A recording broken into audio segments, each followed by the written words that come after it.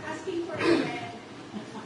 Hindi na po ni Senator Coco Pimentel kanina na ang hiling ng naganap sa Senado ngayon ay hindi lamang po limitado sa EJK, kundi sa Philippine drug war under your administration.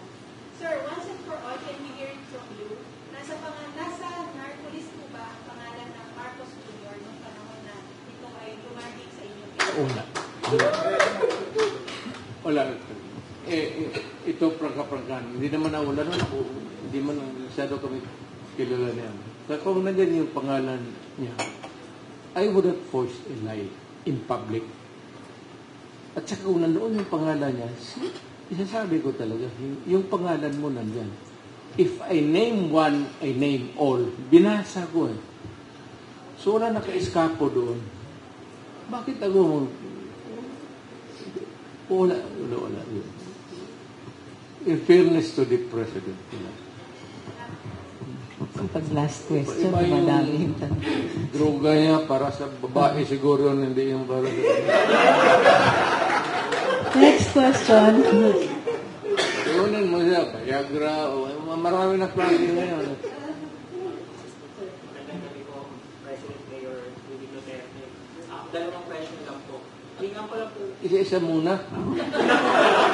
Una pong tanong, President Duterte. Nung nakaraang press conference ni Vice President Sara Duterte, tinawag niyang hindi presidente o facto ngayon ang current president.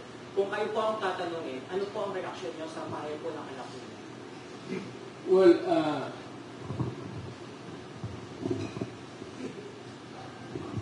I may have to disagree with my daughter. Not totally. Baka kulang sa expectations niya. Siguro ang role model niya yung tatay niya.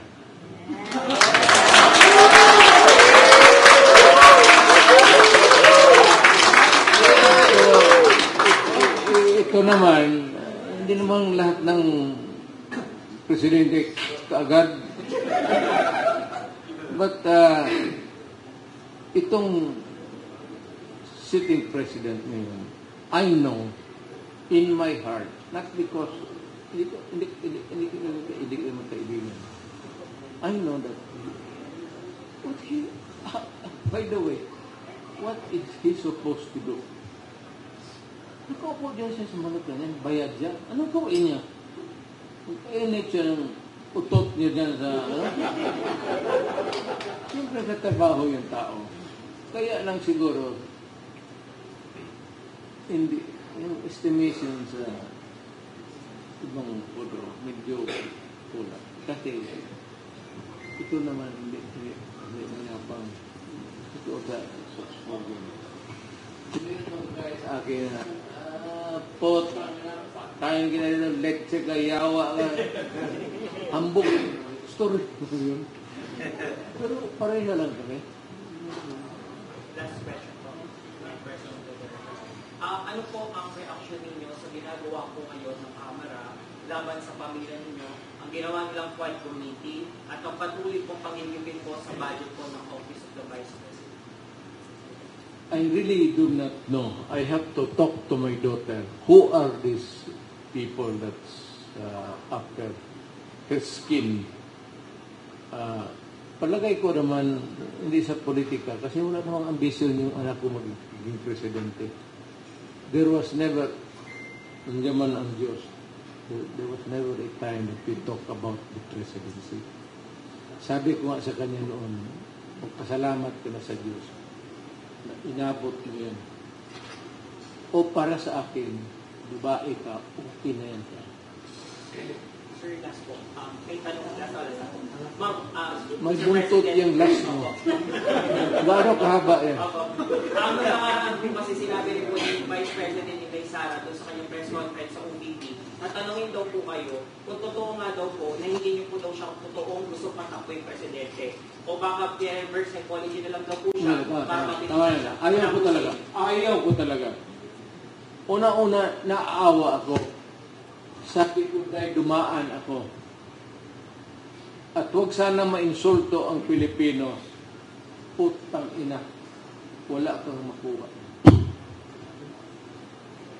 Magtrabaho ka, magising ka ng alas alas 6, maligo ka, kain, punta ka ng mga 8:30 to 9 sa tapos trabaho na. Doon ka kain, tapos to start 1. Palit-palit yung maraming kwarto yan eh. Maraming kwarto yan magkaharap. Pagkatapos niya yung mga nan, paalisin na yan sila, iba na naman ipaupo doon. Iikot ka, ibang hanggang gabi yan. Ang sweldo mo, wala. Sa totoo lang, pero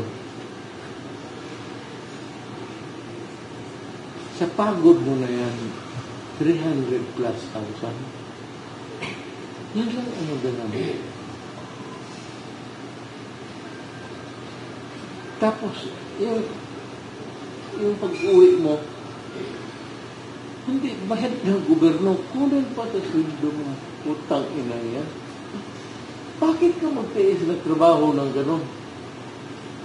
Ako, dumaan ako dyan, sabi ko, ano makuha mo dyan? Hindi ka na mapapangalunin ng sipsig.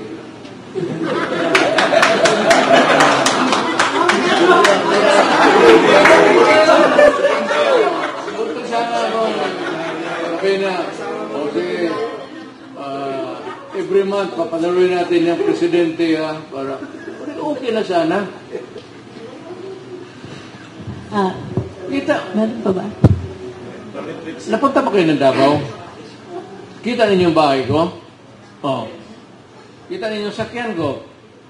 O di pick up rin? O dito, pick up rin? Ano ang nagbago sa buhay ko?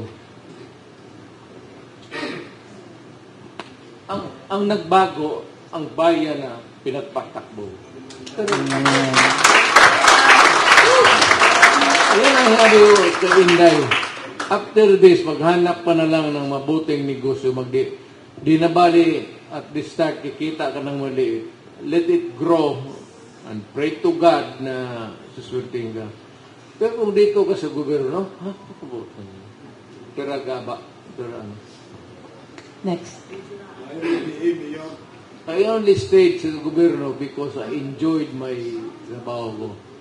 I was enjoying my work as a prosecutor. In love ako being a prosecutor. Kaya nagtagal ako. Matagal ako nag-resign before really I decided I have to resign because I have to make more money. Kasi yung mga anak ko ay yung tuition at pamahal ng pamahal. Next. Ngayong gabi, Mayor, mamingi lang po kami ng komento sa tungkol sa sinasabi ni Vice President Teresa Duterte Al Cristo. Naalala po natin na 30 years ago ay ipinalibig niyo po ang Marcos Sr. sa libingan ng mga bayani.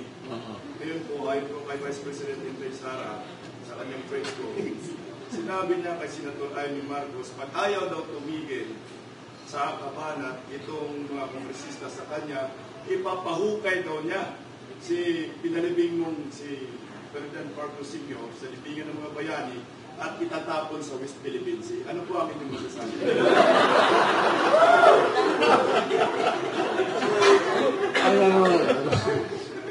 Tatlo yung anak ko.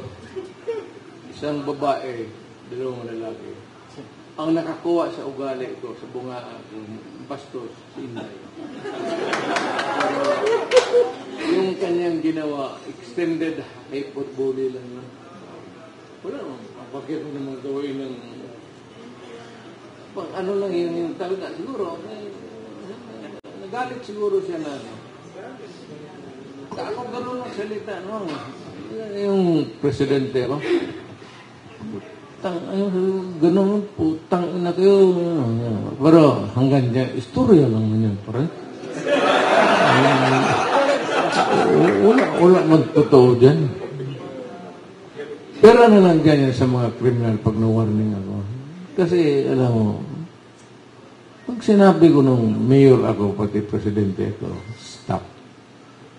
Yung hindi naghinto, na-disgrasya talaga. So, I'm sorry. I am sorry.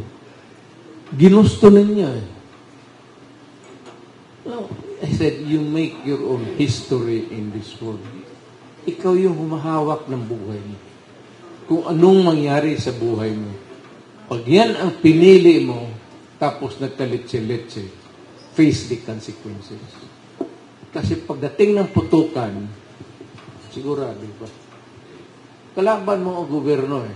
O kagaya ko. Kung maka-mayor ka tapos presidente ng kagaya ko na mainit dyan sa ganun. Kung sabihin mo lang, wala kang pera, mahimong trabaho, maghanap ako ng paraan. Ibibigay ko yung sweldo ko itong buwan na ito. Sige, you start mag-umpisa ka kung saan ka tulungan kita. Hindi naman tayo manhid yan sa awa. Kasi galing rin ako sa mahirap.